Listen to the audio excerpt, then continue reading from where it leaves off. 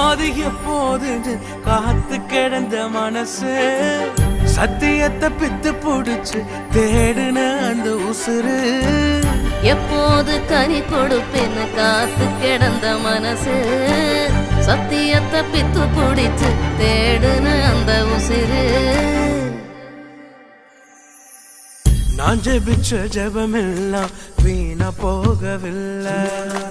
நான் விதைச்ச விதையெல்லாம் தரிசமாறவில்லை